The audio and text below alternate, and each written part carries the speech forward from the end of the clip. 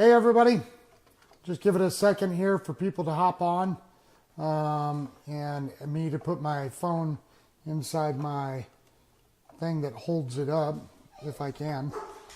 Let's see. Give my dogs a second to calm down. Give me a second. This thing's acting crazy.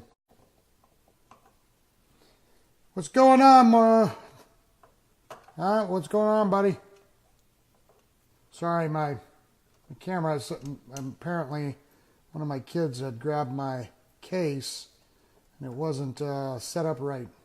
All right, so today I'm going to be answering Kelly's question about when is the best time to fly and when is the best time to buy tickets. Now, let's talk about the best time to fly. Obviously, major holidays are not going to be a good time to fly. Hey, Lance. Hey, Derek. Hey, everybody.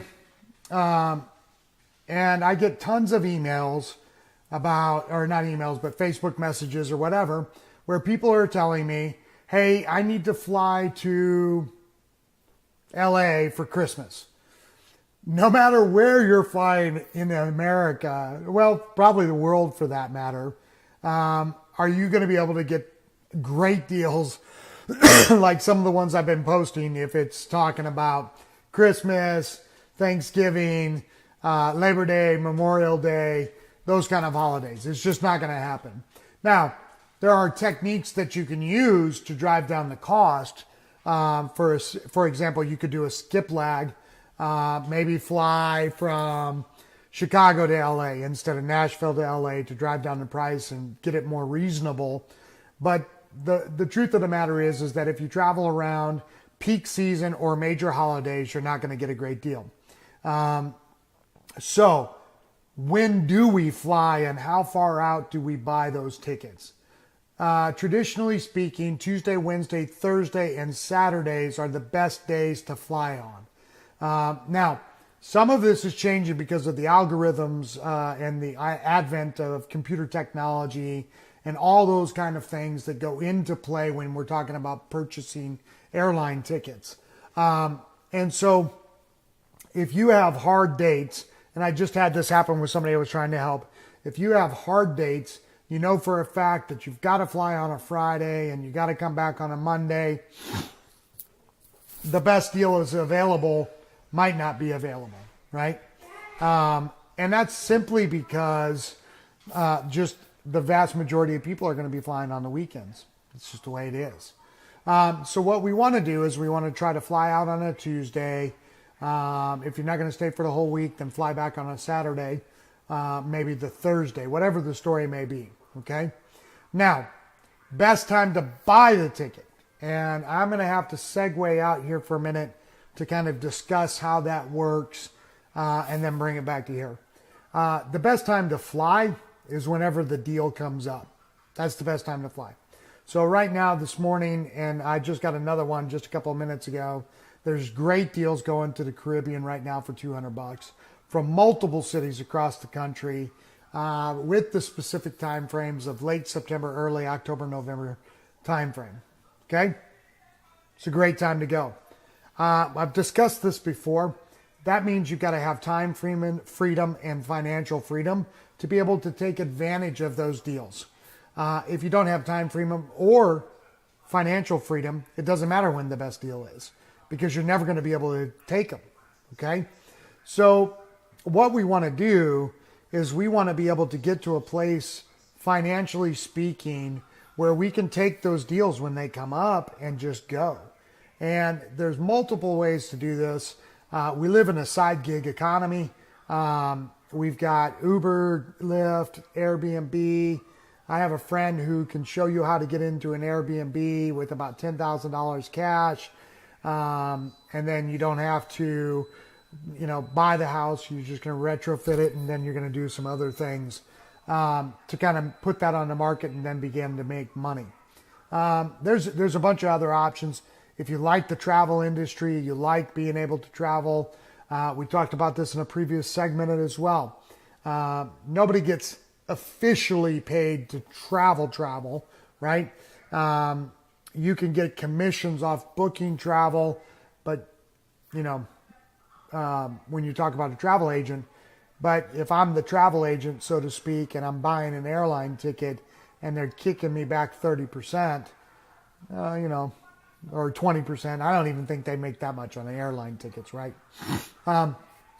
So if you need some help figuring out the time freedom or the financial freedom, I'm here to help you. I've got several opportunities that I'm utilizing to basically drive down the price of travel, drive down the price of checking things off my list, and and getting a kickback on some of it, right? So if I'm going to book a ticket, let's say, and it would cost me normally $800, but I can do a referral and then get some money back without being a travel agent and have to deal with everybody else's travel, that's a good move on my part, right? So the best time to fly is when the deal comes up. And I've talked about this. Don't pick the destination, let the destination pick you. If your heart is set on, Paris, which is a horrible example because they have one-ways for $99 right now from New York City. But let's just say it's Paris, and it's during the peak season of what you want to do is during their peak season. You're probably not going to get a deal. That's just now. How big of a jump it is, you can do some other techniques like the across the pond technique I use, which is I don't fly straight to Paris. I'd fly to maybe Iceland first and then grab a trip from Iceland to Paris. I've used that a couple of different times and it's really drove down the cost of airline tickets. You can do some techniques that even if you're flying during peak season or when there's not a deal, to where you could really kind of get a deal, or at least instead of a straight flight there, right? You could even do what we call a twofer, right? 2 vacations for the price of one. Using the Iceland example, which is a great stopover point, I could fly to Iceland, stay for 2 days, catch a flight to Paris, then back to Iceland, and then back to the States. And I've seen those were actually cheaper than flying direct to Paris with a layover maybe in Amsterdam or Spain or Italy, right? Okay, so be available when the deals are available. If you're not available when the deals are available, then you've got to plan during a non-peak season. If you don't have an option because there's an event going on, somebody has passed away, family reunion, whatever the story may be, then the next option for you to do is to kind of schedule that flight further out, maybe try a skip lag, which is where I do a stop in country somewhere else and then catch that flight. There's a couple of different options there for you. All right. So the best way to get the best ticket prices for the best times is to fly on like a Tuesday, Wednesday, Thursday, maybe a Saturday. And you want to fly during non-peak and you want to fly based on the deal.